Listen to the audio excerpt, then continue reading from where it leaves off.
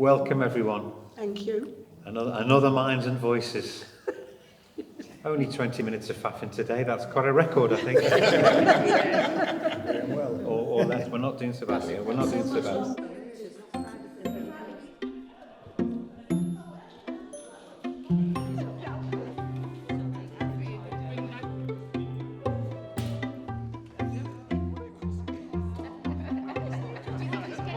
Okay, I'm Damien Murphy, I live here in York, and some years ago a colleague and I decided, since York was supposed to be what they call a dementia-friendly city, that there should be a forum or a platform for people with dementia to get together. So we tried to facilitate that, and that was about 8 years ago.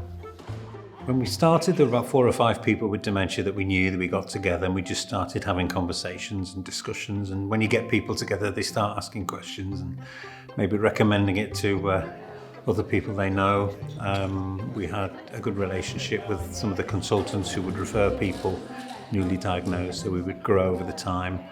There used to be about 5 or 6, then it grew to about 8 to 10, now it's about 15. And obviously there's been quite a turnover of people in that time, over the 8 years, yeah.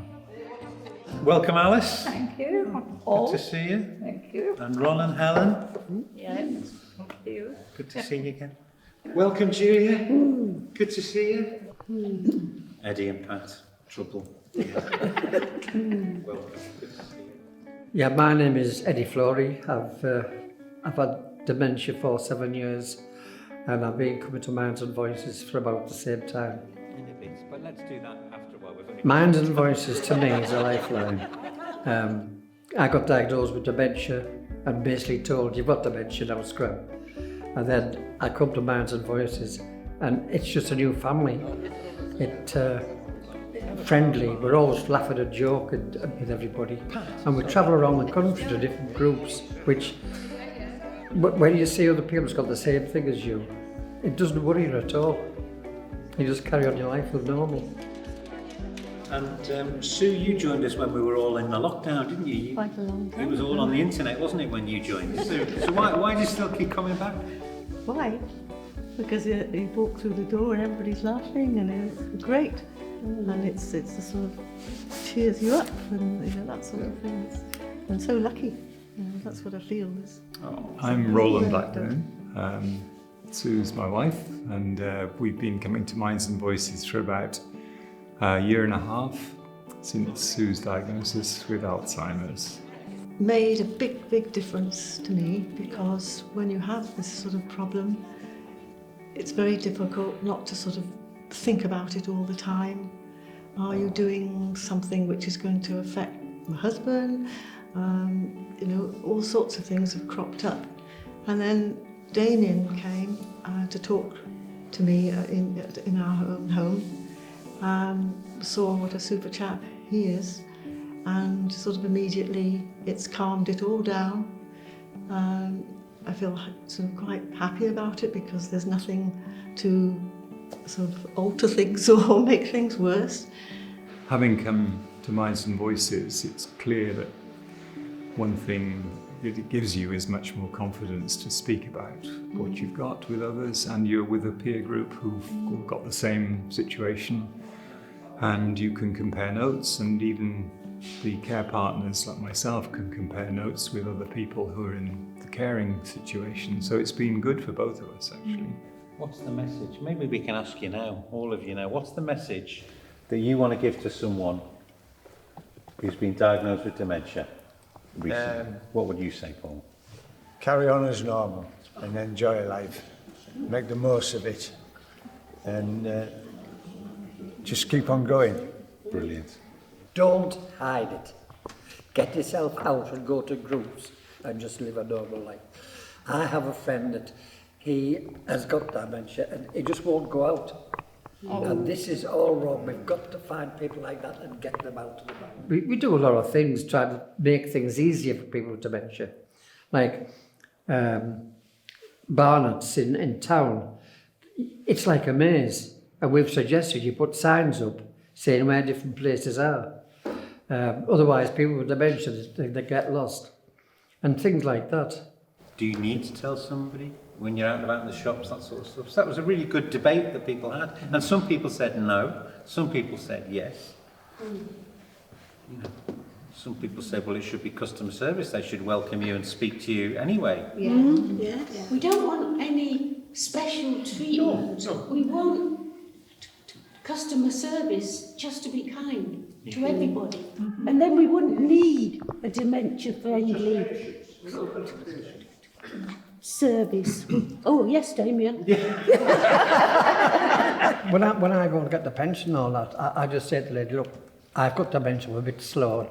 She just understands it. If you tell them you've got dementia and you're a bit slow, no problem. But she has yours already worked out and ready for Oh, you, yes. doesn't she? They're the sorts of discussions we had, didn't we, on our Good Life course about what's accessible out in the community, what helps at home, you know, all the messages, if you've got it, flaunt it. As Paul would often say. You know. I'm Barbara Wildman. And we've been coming, Colin has to. Colin Wildman, over 3 years. When we first came, when Colin said, you know, we're going to go, and I said, I don't think I'll. He said, we're going to try it. We'll just see what happens. And I'm pleased that he did, because it's been absolutely a really good thing for me. And I'm sure all the other ladies and gentlemen that come in. We created our strategy, didn't we? That was 2 years ago now. Yes. Gosh. And actually, it was actually very easy to create. Yeah. Because it was the conversation you'd all been having for like 5 or 6 years by that time. About accessibility, about, hang on a minute, why is it, why don't we get a say in what services are out there? They believe it has to be complicated, otherwise it's not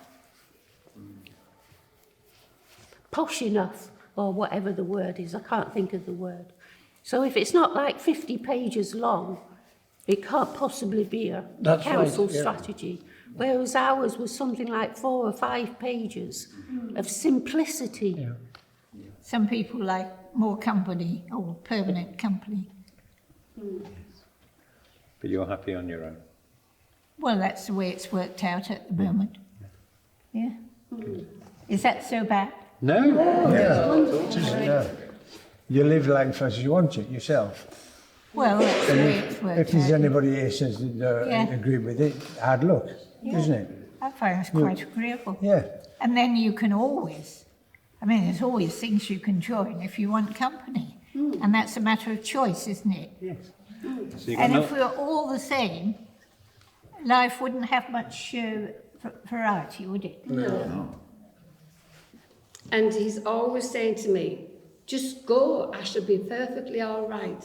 And I say, oh yes, and the first night I'm away, you fall over, hit your head on the bed, and we're away, we aren't there at all. Oh, don't be daft, I won't do anything so stupid. Then he goes and does it, but there's me.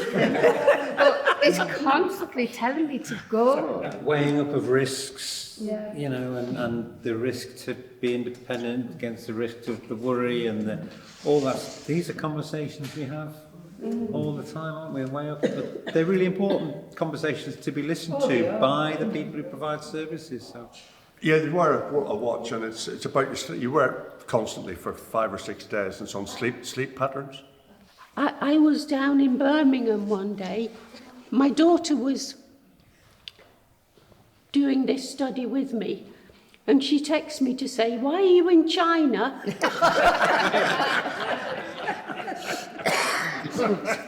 so that watch didn't work.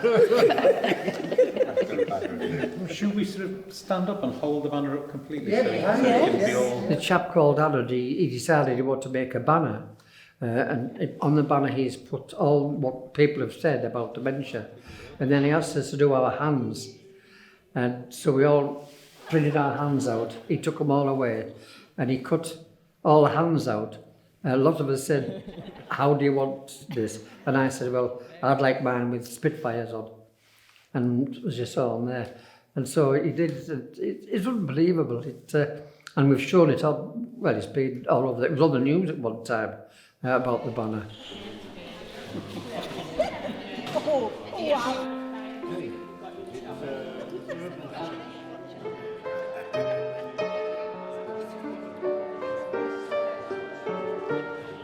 Elaine always used to say, who died last year, Elaine always used to say it changed her life, or gave her back her life.